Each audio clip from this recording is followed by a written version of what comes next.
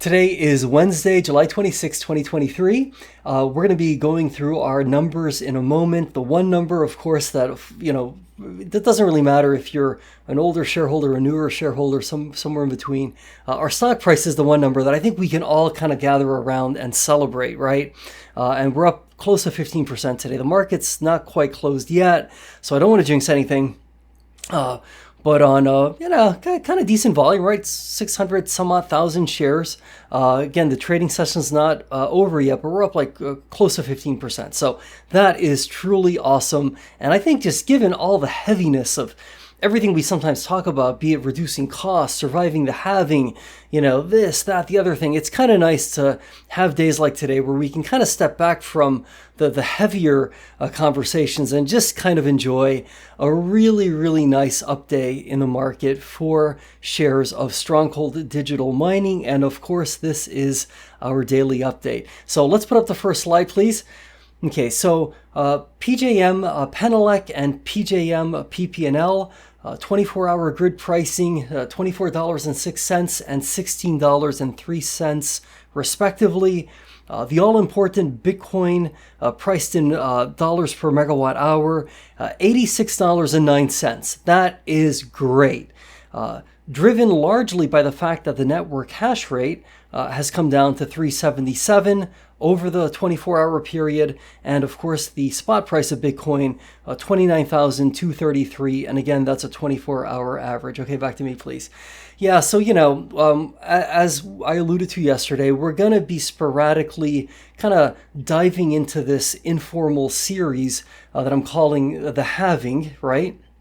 And of course, that refers to the event that is scheduled to likely take place sometime in April or perhaps May of 2024, where basically the Bitcoin block reward, is going to be reduced by half, right? Thus the term the halving or the halvening, right? It depends how you want to say it.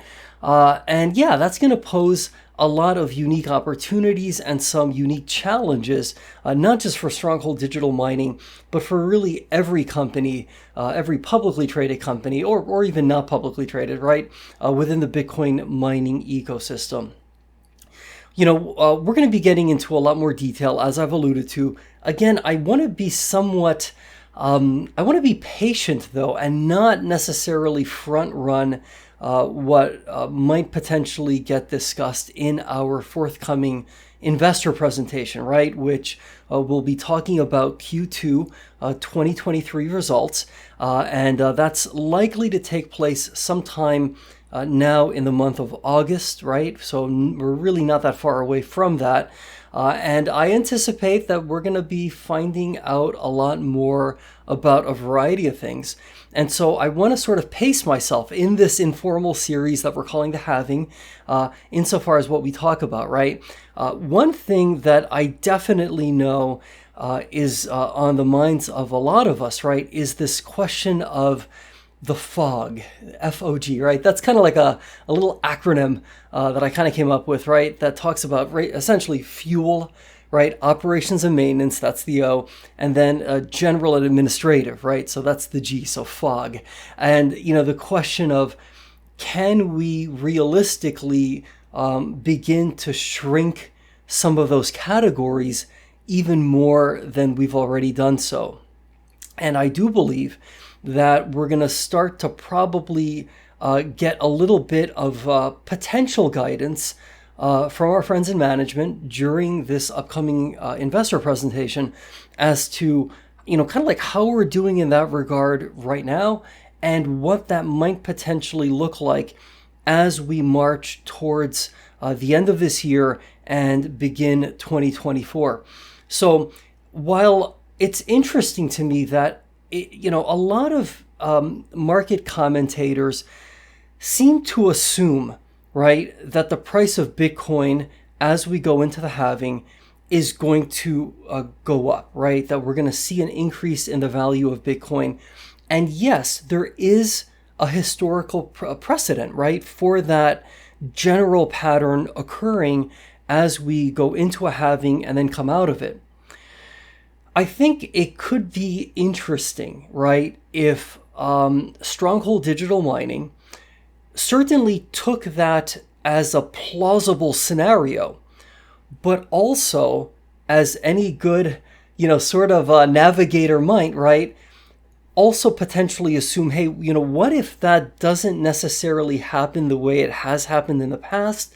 Or maybe more probably, what if the timing of that isn't, what we might think it's going to be?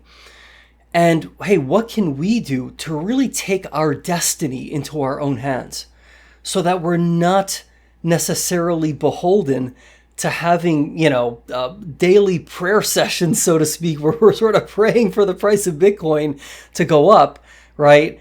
Because otherwise, we're in deep trouble.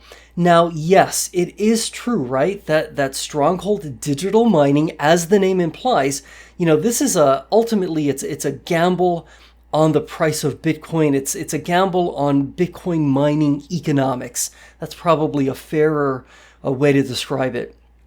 And so, yeah, it is important, right?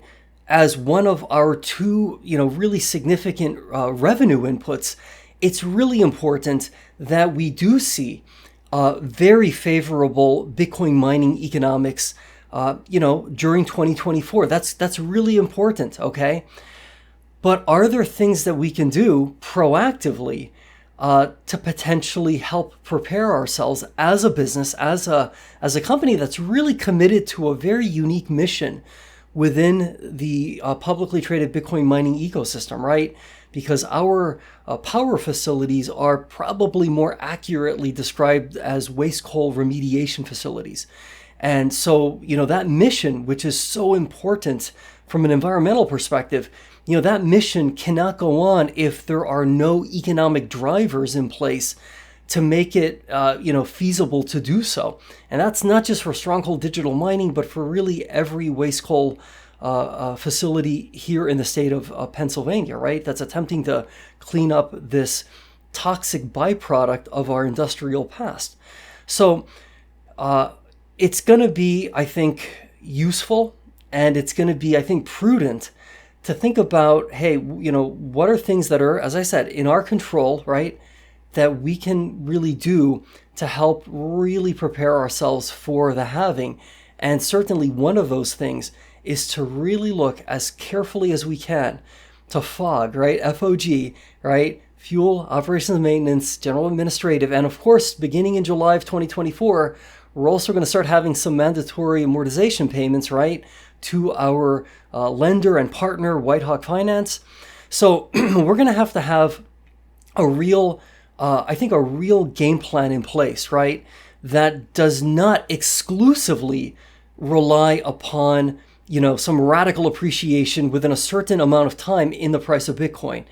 And while it's certainly awesome to think of Bitcoin economics really ramping up in our favor as like a positive tailwind of sorts, I do think it could be really useful to get out ahead of the halving, which is forthcoming, and to do everything, of course, in our power to really make sure, right, that we can wring our costs down as low as possible, while really, really critically maintaining safety above all else.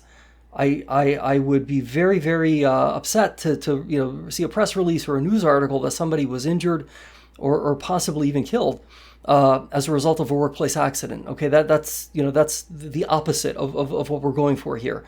So to the extent that we can certainly compress costs in a manner that still maintains the very, very highest levels of safety for all of us, right, who work there. I don't work there, but I'm just saying, right, if we're thinking of ourselves as a team here, we want to make sure that we could all go home at the end of the day to be with our families and friends and to be healthy, right? That's important.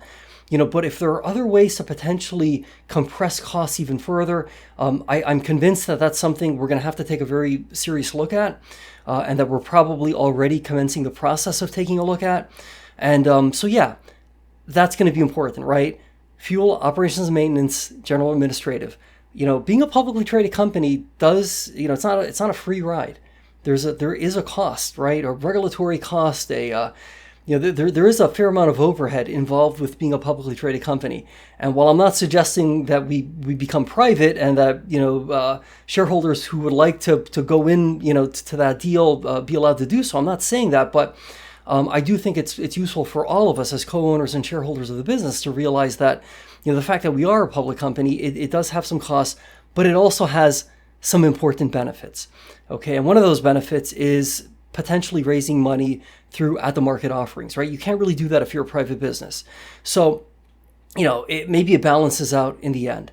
And I also recognize that we may not necessarily have a ton of room to maneuver, right? Not a whole lot of elbow room in terms of reducing costs even further. But, again, I think it could be useful to be creative and to think about that very deeply. Because that's something, again, I'm just speaking abstractly here. Hey, if it's true, right, that during the halving, Bitcoin mining revenue is cut in half, absent any rise in the price of Bitcoin or, any other variables changing, well, gosh, right, if we're just looking at this on an Excel spreadsheet, if you could just reduce your costs by half, right? I know that sounds kind of utopian sounding, but I'm just saying, right, just if you're looking purely at the numbers, if you could reduce your costs by half, well, then suddenly, it really puts you in a very different position. So, okay, with all of that said, let's just take a last quick look here. It looks like our stock did in fact close maybe a bit over 15%. So that is phenomenal. I'll take that any day of the week that the market happens to be open. Let's stay positive. Let's be great. And we'll see each other again tomorrow.